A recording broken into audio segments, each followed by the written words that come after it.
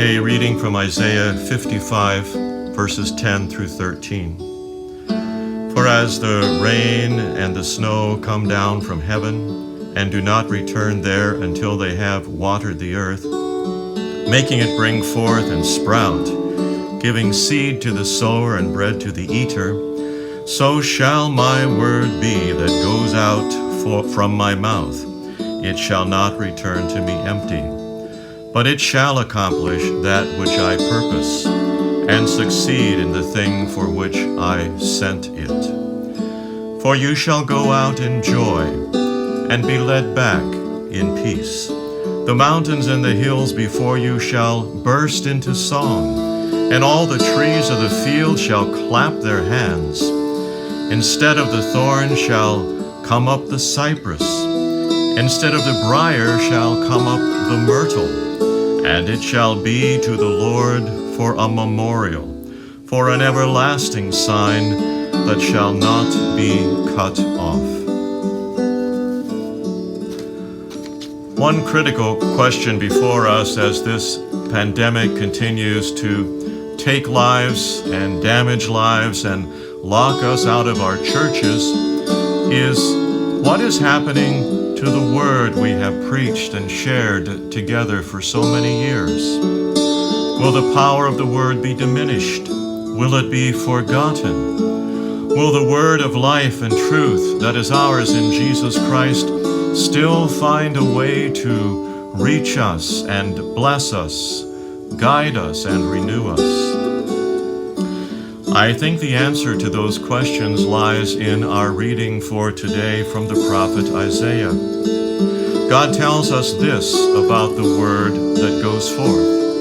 It shall not return to me empty, but it shall accomplish that which I purpose, and succeed in the thing for which I sent it. Whether that word is spoken by a single prophet crying in the wilderness, or by the disciples of Jesus filled with the Holy Spirit that first Pentecost Sunday, whether the word is preached in the comfort of our beautiful church home, or online in a message like this, the promise remains the same. It will go forth, it will accomplish all that God intends.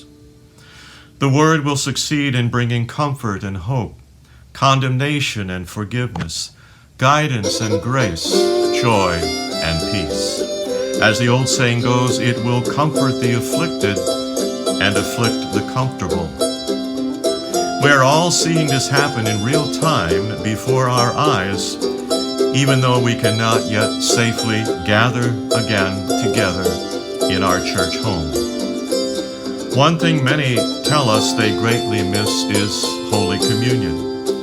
For now, the ELCA is encouraging us to wait to commune in a way that is familiar and theologically sound, rather than opt for flawed alternatives. Our theology tells us that the Word alone is sufficient for salvation.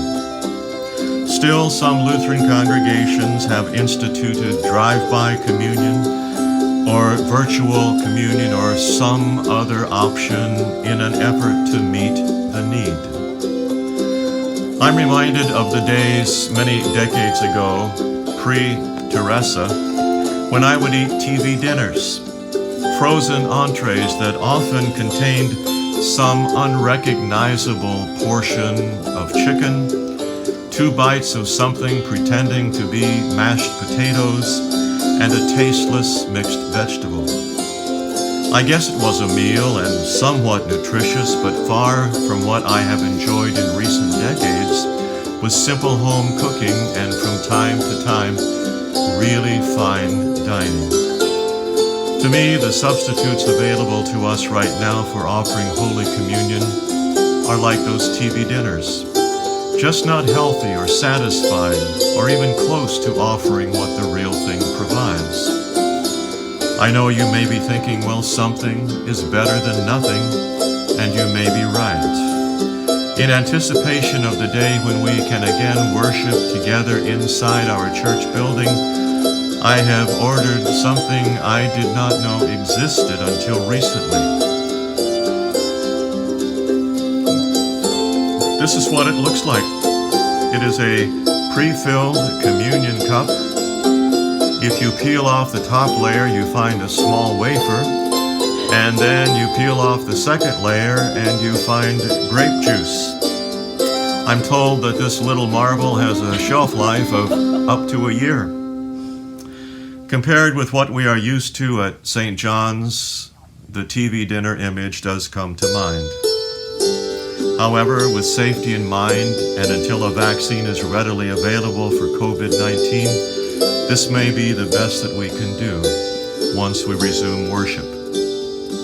So we are thinking and planning ahead, but in the meantime, do not lose heart. What we and so many other churches are doing to get out the word, it's working. God is blessing us with modern technologies we did not even know existed a few years ago. And the promise remains. The Word will accomplish all that God intends, and the day is coming when, in the words of Isaiah, you shall go out in joy and be led back in peace. My promise to you is that we at St. John's will not return to worship in person a day too soon or a day too late, but we will return in joy and be led back in peace.